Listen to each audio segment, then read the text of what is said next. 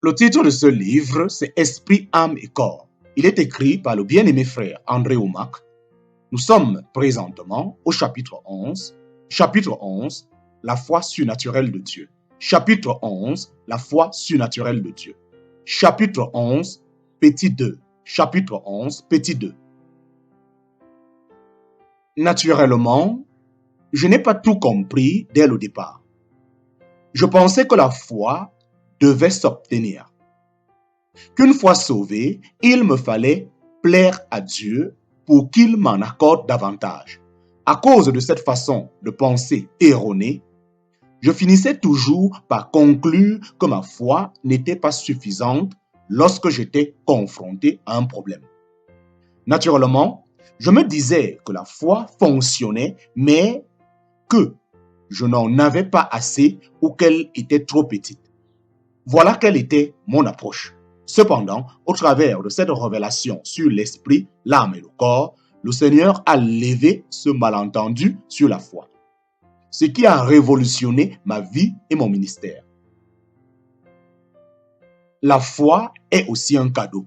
La foi est aussi un cadeau. Il peut arriver qu'un passage de la parole devienne si familier que nous n'en voyons plus qu'une seule application. Notre compréhension restera figée à moins d'autoriser le Saint-Esprit à y apporter une lumière supplémentaire. Je ne suis pas en train de vous suggérer de trouver dans la parole de Dieu ce qu'elle ne dit pas, mais je vous encourage à rester humble devant votre professeur, le Saint-Esprit, puisque nous allons examiner de plus près quelques passages bibliques bien connus. En parenthèse, Jean chapitre 14, verset 26. Tous les bienfaits inhérents à la vie chrétienne s'obtiennent comme la nouvelle naissance, c'est-à-dire par grâce au moyen de la foi. C'est par la grâce, en effet, que vous êtes sauvés par le moyen de la foi. Vous n'y êtes pour rien, c'est le don de Dieu. Cela ne vient pas des œuvres, afin que nul n'en tire fierté. En parenthèse, Éphésiens chapitre 2, versets 8 à 9. Accepter le salut, recevoir le pardon des péchés et un esprit recréé, c'est un peu comme franchir le seuil de la maison de Dieu pour la première fois, mais les bienfaits du salut sont au-delà du seuil. C'est aussi recevoir tout ce qui est dans la maison, à savoir la guérison, la délivrance, la prospérité, la joie, la paix, l'amour et tout ce que Dieu a mis à votre disposition. Tous ces bienfaits liés au salut vous sont accordés de la même manière que notre nouvelle naissance, par la grâce au moyen de la foi. Colossiens chapitre 2, verset 6 le répète. Ainsi, comme vous avez reçu Jésus-Christ, le Seigneur, vivez en lui. Comment avez-vous reçu Christ? Par la grâce au moyen de la foi. Comment vivre en lui et profiter de tous les bienfaits contenus dans le colis du salut? Par la grâce au moyen de la foi. L'interprétation souvent trop étroite d'Éphésiens chapitre 2, verset 8 limite le sens du mot salut à l'expérience initiale de la nouvelle naissance. Or, le mot grec employé pour salut est sozo, un mot qui inclut tous les aspects du salut. À vrai dire, Éphésiens chapitre 2, verset 8 dit en réalité « Car par grâce vous êtes sozo », c'est-à-dire pardonnés des péchés, nés de nouveau, rendus justes, guéris, délivrés, rendus prospères, etc. par le moyen de la foi. En parenthèse, insistance de l'auteur.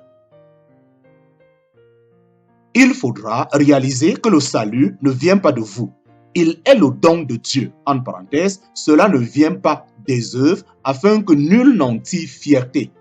Éphésiens chapitre 2, versets 8 à 9. La foi non plus ne vient pas de vous. Dieu n'a pas seulement pourvu au salut dont vous aviez besoin, il a aussi pourvu à la foi nécessaire pour vous approprier ce qui vous a déjà été donné par grâce. Ces deux choses, le salut et la foi, pour recevoir, sont des cadeaux de Dieu. La foi est contenue dans la parole de Dieu. La foi est contenue dans la parole de Dieu. Il est impossible de recevoir le salut si on n'entend pas la parole. Ainsi, la foi vient de ce qu'on entend, et ce qu'on entend vient de la parole du Christ. En parenthèse, Romains chapitre 10, verset 17. Il ne s'agit pas d'écouter les mots bibliques, chapitre après chapitre, verset après verset, mais bien de comprendre les vérités et les concepts que contient la Bible. Nous devons vraiment entendre que Jésus est mort pour nos péchés et que par amour, il nous offre le pardon sans tenir compte de nos actes. Sa seule exigence à notre égard est que nous croyons. La foi vient en entendant la parole. La foi vient en entendant la parole. Comment? La parole de Dieu est porteuse de la foi de Dieu. Lorsque vous recevez la parole dans votre cœur, vous recevez en même temps la foi surnaturelle de Dieu. Vous devez entendre la parole pour être en mesure de croire et de recevoir. En effet, Dieu a intégré sa foi dans ses paroles et lorsqu'elles sont prêchées, elles libèrent la foi. Cette foi produit le salut quand elle entre dans un cœur qui est bien disposé à la recevoir. En parenthèse, 1 Pierre chapitre 1, versets 23 à 25. 1 Pierre chapitre 1, versets 23 à 25. Puisque vous avez été régénérés, non pas une sémence corruptible, mais par une sémence incorruptible, par la parole vivante et permanente de Dieu. Car toute chair est comme l'herbe, et toute sa gloire comme la fleur de l'herbe. L'herbe sèche et la fleur tombe, mais la parole du Seigneur demeure éternellement, et cette parole est celle qui vous a été annoncée par l'Évangile. Cette foi-là n'est pas humaine, car c'est la foi même de Dieu. C'est une foi surnaturelle qui est contenue dans sa parole. Alléluia et Amen. Il est important de savoir si la foi que vous manifestez est naturelle ou surnaturelle. En effet, le diable peut aisément convaincre celui qui utilise sa foi humaine. Le diable peut aisément convaincre celui qui utilise sa foi humaine qu'elle n'est pas suffisamment bonne, qu'elle est petite, faible ou qu'elle manque de puissance. En revanche, votre niveau de confiance et d'attente s'élèvera si vous savez que la foi que vous utilisez est surnaturelle et divine, car impartie par sa parole. Ce genre de foi est nécessaire pour recevoir le salut et pour vous approprier tout ce dont vous avez besoin dans votre vie chrétienne. Puisqu'elle est surnaturelle, la foi de Dieu produit des résultats surnaturels qui vous ramèneront au-delà du seul domaine physique. Une foi simplement humaine n'obtient que des résultats naturels, même celle d'un chrétien. Par contre, lorsque vous prenez conscience que vous utilisez la foi de Dieu, les résultats surnaturels ne tardent pas. La foi humaine. La foi humaine. La foi humaine est basée sur la connaissance naturelle. Dieu a fait de l'homme un être de foi. Avant votre nouvelle naissance, vous possédez déjà une foi naturelle. Quand j'étais enfant, voici comment la foi était expliquée dans mon église. L'enseignant montrait une chaise et disait: « Comment pouvez-vous être sûr que cette chaise vous portera si vous vous asseyez dessus? En vous asseyant dessus par la foi. Puis il ajoutait: « Lorsque le feu passe au vert à un carrefour, vous démarrez votre véhicule par la foi, car vous croyez que, bien que vous ne puissiez pas les voir, les autres feux vireront au rouge simultanément et les véhicules s'arrêteront à leur feu rouge. » Puis, Il pointait du doigt le ciel et disait: il faut la foi pour prendre l'avion car vous ne comprenez pas le fonctionnement de l'appareil et vous ne connaissez pas personnellement le pilote. Vous ne savez même pas si le moteur est en bon état et si le personnel est qualifié pour faire voler l'avion. Et il finissait en disant: voilà ce qu'est la foi. La foi humaine provient des faits, de ce que perçoivent les cinq sens. Conscients ou pas, avant de nous asseoir sur une chaise, nous jetons tous un coup d'œil pour vérifier qu'elle a bien 4 pieds. Si elle n'en a que 3 ou si elle est bralante, nous en choisissons une autre. Cette inspection rapide transmet à nos sens les informations qui nous permettent de prendre une décision. À l'école de conduite, vous avez appris que lorsque le feu est vert de votre côté, c'est qu'il est rouge dans la perpendiculaire. En plus, l'expérience de la conduite vous a amené à attendre à un feu rouge. Cependant, par prudence, vous vous assurez qu'aucun chauffeur ne grille un feu rouge avant de vous engager dans le carrefour. La foi humaine est limitée par la perception des cinq sens.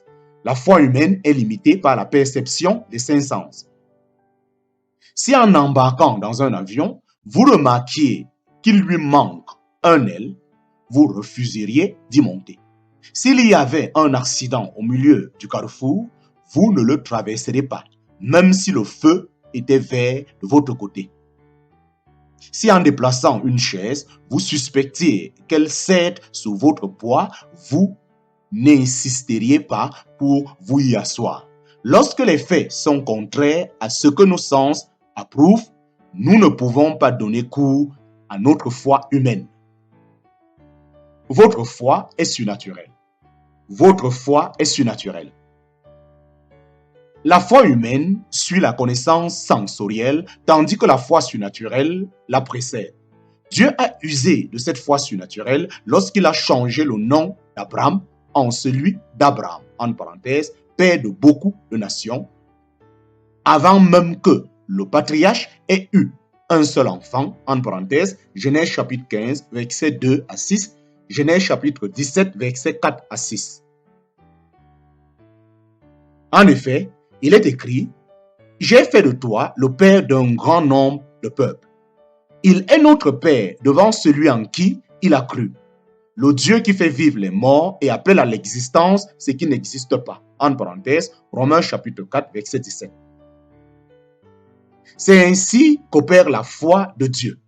Il appelle ce qui n'existe pas encore comme si cela existait déjà, avant même qu'une preuve physique soit évidente. Par contre, la foi naturelle ne peut accepter que ce qu'elle voit, goûte, entend, sent et touche. La foi surnaturelle permet à ce qui est réel dans le domaine spirituel de se manifester dans le naturel. C'est une différence radicale.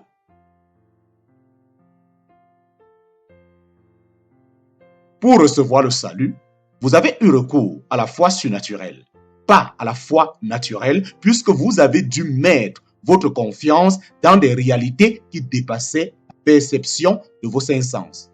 À moins d'avoir une vision ou d'entendre une voix, ce qui est inhabituel, vous n'étiez pas en mesure de percevoir les vérités spirituelles avec vos sens physiques. Alors que votre simple foi humaine ne pouvait ni vérifier ni prouver le ciel et l'enfer, Dieu et le diable, le péché et le pardon, il vous a fallu croire en ces réalités invisibles. Le Saint-Esprit vous a éclairé dans votre être intérieur pour que vous puissiez faire un pas de foi qui ne pouvait s'appuyer sur ce que connaissaient vos sens. Lors de la nouvelle naissance, vous avez reçu la foi surnaturelle de Dieu contenue dans sa parole. Alléluia et Amen. Cette foi surnaturelle est toujours présente dans votre esprit. Elle ne s'évapore pas, ne diminue pas, ne vieillit pas et ne s'affaiblit pas en puissance. Elle est dans votre esprit né de nouveau. C'est exactement la même que celle que vous avez utilisée pour naître de nouveau. Peut-être n'expérimentez-vous pas cette foi et ses bénéfices dans votre corps et dans votre âme, mais elle est là dans votre esprit. Si vous êtes né de nouveau, vous possédez déjà la foi surnaturelle de Dieu.